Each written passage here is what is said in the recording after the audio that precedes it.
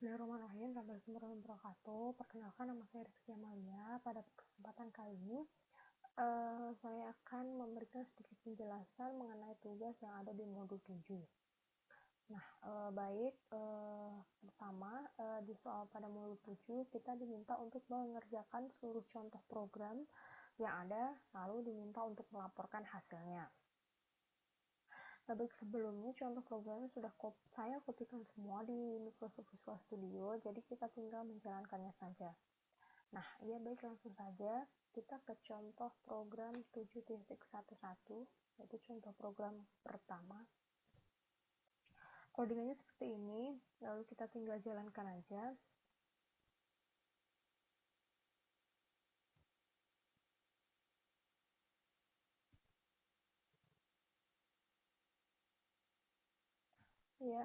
Hasil dari programnya itu kita yang pertama diminta untuk memasukkan sembarang bilangan bulat positif. Misal kita masukkan 3. Nah, melalui perhitungan rekursi 3 faktorial sama dengan 6. Jadi pada program 7.11 program ini menghitung faktorial di mana yang pertama tadi kita diminta untuk menginputkan nilai, lalu setelah kita inputkan maka nanti akan muncul hasil dari perhitungan faktorial dari angka yang kita masukkan. Seperti itu. Baik, selanjutnya kita ke contoh program berikutnya, yaitu ada di contoh program 7.12. Kita jalankan programnya.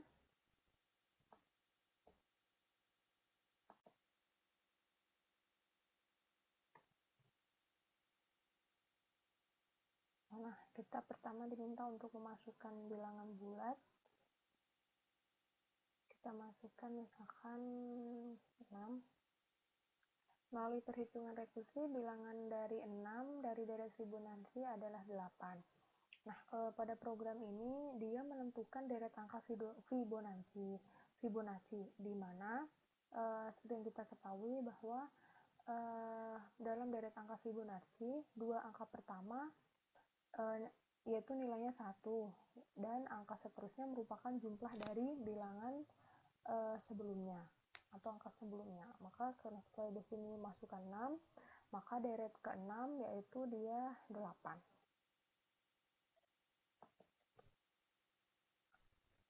Baik, selanjutnya kita ke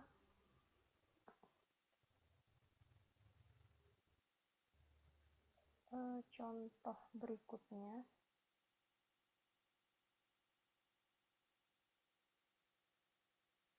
Kita ke contoh program 7.13.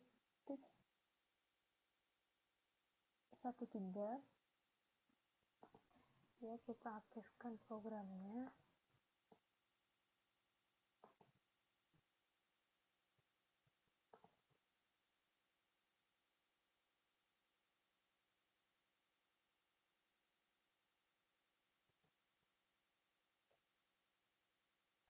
Nah, pada program ini ini merupakan program sebuah permainan menara Hanoi ya.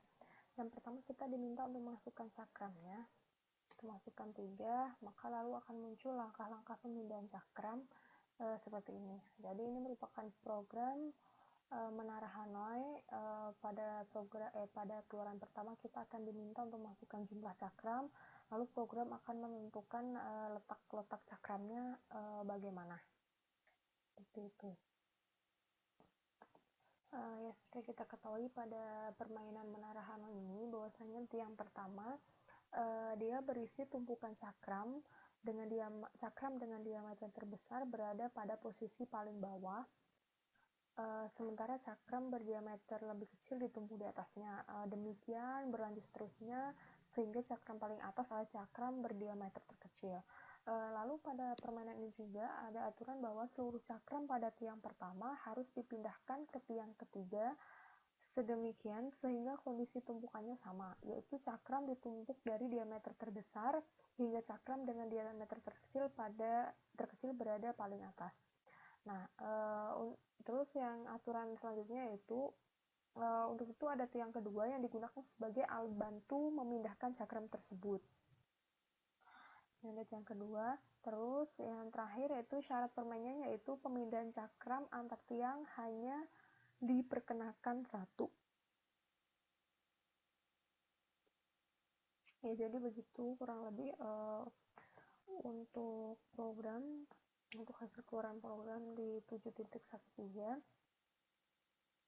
Baik, selanjutnya kita ke contoh program selanjutnya, yaitu di contoh program 7.14.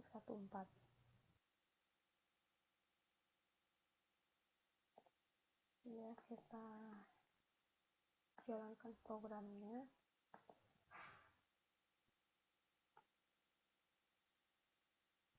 Ya, yang pertama kita diminta untuk memasukkan sembarang bilangan bulat. Yang kedua, terus dia langsung mendeteksi bilangan 2 adalah bilangan genap. Nah, ya, jadi pada contoh 7.14 ini dia merupakan sebuah program untuk mendeteksi apakah bilangan yang kita inputkan itu bilangan genap atau bilangan ganjil. Nah, yang pertama dia memang defaultnya digenap dulu. Nah, di sini tadi kan saya memasukkan angka berapa tadi? Angka 2. Nah, jika if n sama dengan 0, return 1. Nah, karena tadi if n-nya 2 tidak sama dengan 0, maka dia lari ke else, return ganjil berarti abs n min 1, berarti 2 min 1, 1. Lalu lagi ke sini, if m sama dengan 0, return 0, return 0. Nah, karena dia bukan di sini, maka langsung ke else-nya ini. Kan tadi 1 kan berarti return genap, 1 min 1, 0 kan berarti di sini if n ini berarti dia ke return 1. Nah, di mana return 1 di sini merupakan bilangan genap, seperti itu. Ya. Lalu contoh selanjutnya yaitu di contoh 7.21. Ya, sebelumnya sama, ini sudah saya kopikan dulu programnya, kita tinggal menjalankannya saja.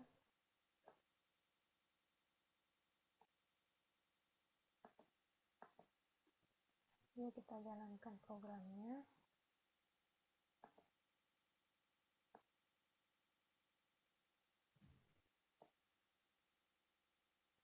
Ya, jadi hasil keluaran dari program tersebut yaitu seperti ini.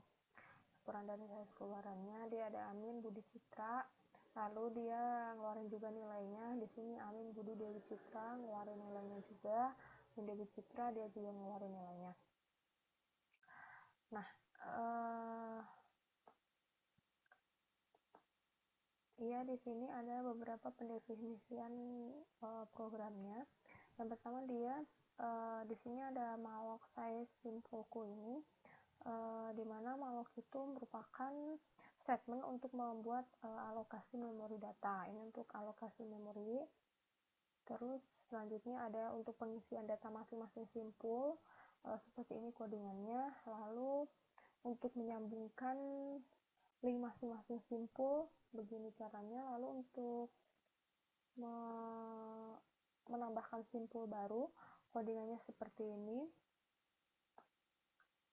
Terus untuk menghapus, ini ada satu simpul yang dihapus di sini, simpul Budi.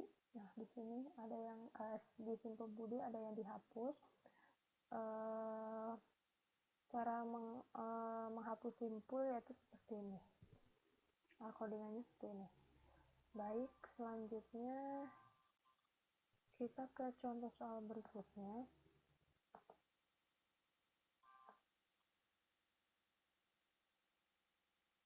Yaitu di contoh 7.22.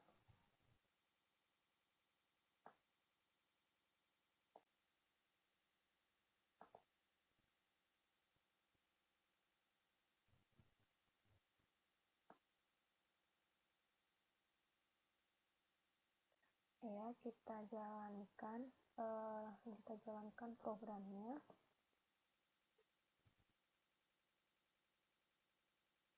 Ya, keluaran dari program tersebut yaitu seperti ini.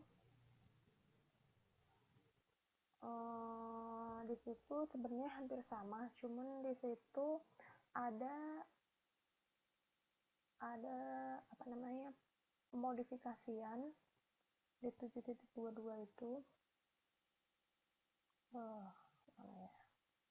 Nih, jadi bedanya dari sebelumnya, dia mengubah skenario penambahan simpul baru menjadi codingannya seperti ini. Jadi yang diubah dari codingan sebelumnya yaitu di sebelah sini pada skenario penambahan simpul baru ini, dia codingannya diubah, ditentukan dengan yang tadi yang ada di pada modul, sehingga keluarannya seperti ini. Itu. Baik, selanjutnya kita ke contoh soal berikutnya.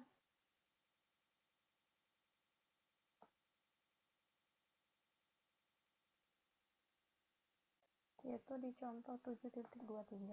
Nah, pada contoh 7.23 ini juga sama. Dia melakukan modifikasi juga dari program 7.21, di mana di sini juga melakukan pengubahan pada skenario penambahan simpul baru di sini. Ya, langsung saja kita jalankan. Nah, hasilnya yaitu seperti ini. Dia ngepin terus nggak berhenti. Mungkin di sini disebabkan karena di sini itu dia menjadi tidak ada tailnya gitu, jadi dia nggak tahu ujungnya harus di mana atau berhentinya di mana gitu. Mungkin seperti itu untuk penjelasan 7.23.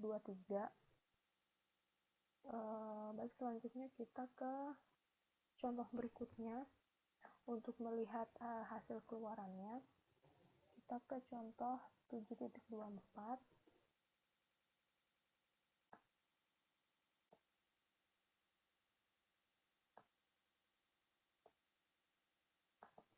Ya, langsung kita jalankan saja. Ya, hasilnya itu seperti ini. Ada tampilan sebuah menu, kita diminta untuk memilihnya, misalkan satu. Maka ada seperti ini, your choice insertion. Lalu kita diminta enter the value which will be insert. Misalkan kita satu lagi. Nah, lalu kita misalkan pilih display. Lalu misalkan kita setelah memilih menu, kita langsung quit saja. Oke. Nah, jadi pada program ini dia itu sebuah program menampilkan sebuah menu, di mana dalam menu itu kita nantinya bisa memilih menu mana yang ingin kita masuki, seperti itu. Sehingga nanti hasilnya pun sesuai keluaran dengan menu yang kita pilih, dan dia nantinya akan tertutup atau enggak, tidak melooping lagi, atau tidak, dalam artian tidak meminta kita untuk memasukkan nilai ketika kita memilih quit.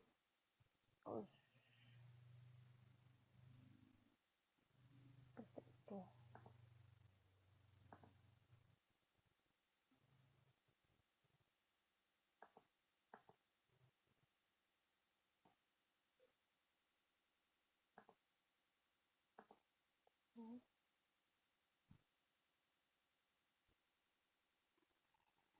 Benderanya quit, maka dia langsung mengatakan goodbye, dan kita tidak bisa menginputkan sebuah menu pilihan lagi yang ada di sini. Baik, selanjutnya kita ke soal berikutnya, tapi sebelumnya kita kunci dulu programnya biar tidak mengganggu codingan yang lain.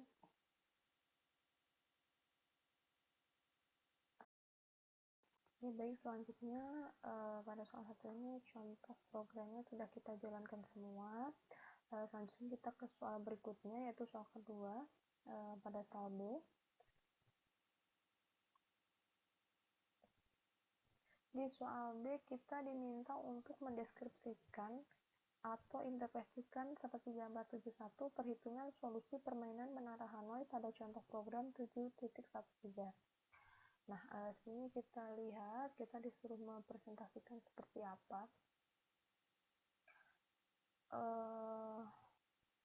Lihat pada gambar 7.1 ya, jadi interpretasi yang dimaksud ternyata itu seperti ini. Nah, dalam interpretasi menara Hanoi, interpretasinya yaitu interpretasi yang telah saya buat itu seperti ini. Seperti ini. Ya, jadi ini adalah sebuah interpretasi atau gambar untuk program di Menara Hanoi. Ya, kurang lebih seperti ini. Baik, selanjutnya yaitu ke soal C. Di soal C kita sama diminta untuk menginterpretasikan gambar seperti gambar yang tadi, perhitungan penentuan genap atau ganjil pada contoh 7.4. Jadi untuk interpretasi bilangan genap atau ganjil, gambar yang telah saya buat itu seperti ini.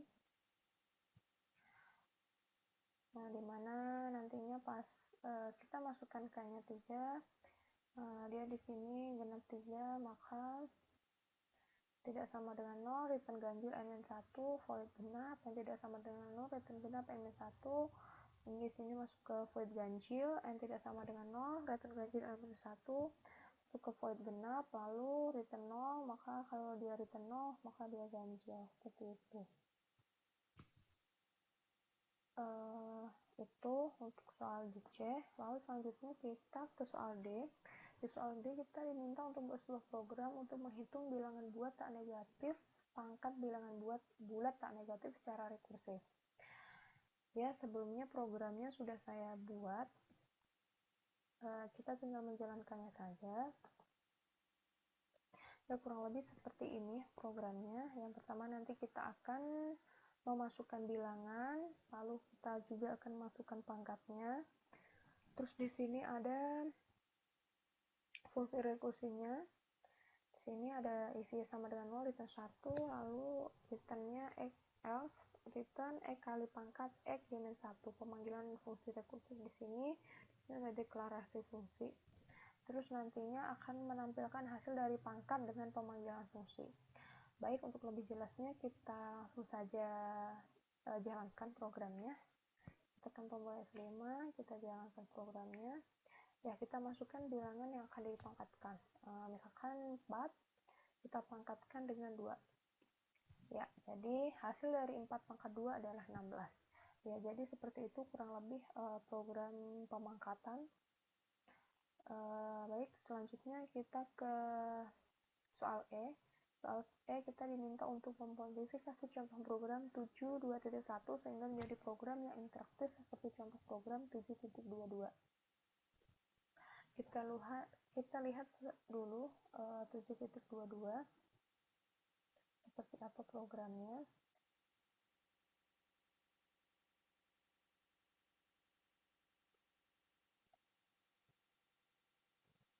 Ya, jadi programnya seperti ini di 7.22 ini.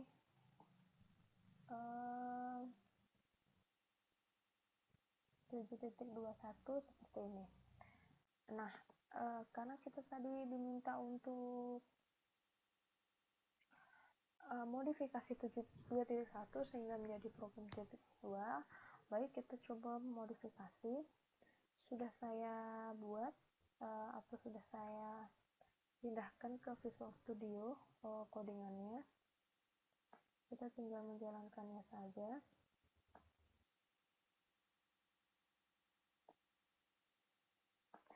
Ya, pada soal S seperti ini kurang lebih codingannya. Dimana pada 7.21 tadi codingannya saya kopikan langsung di sini. Lalu yang saya ubah yaitu pada penambahan skenario, penambahkan simpul baru ini saya ubah, saya ganti dengan 7.22 tadi supaya lebih sesuai diminta soal, yaitu lebih interaktif. Lalu pada 7.21 kan di situ tadinya ada untuk menghapus simpul budi. Nah, karena di situ saya hilangkan biar hasil dari simpul budinya itu pun juga keluar. Baik, kita langsung saja jalankan programnya. Ya, hasil program itu seperti ini. Ya, ini bisa kita lihat. Nah, nantinya apabila jika ada baru, maka dia akan menambah secara langsung di bawahnya, seperti itu. Baik, sekian mungkin yang bisa saya sampaikan pada penjelasan di modul 7 ini. Apabila banyak salah dalam penjelasan modul 7 ini, saya mohon maaf karena saya juga sebenarnya masih belajar, masih rada bingung juga di modul 7 ini. Semoga bermanfaat apa yang sudah saya bagikan.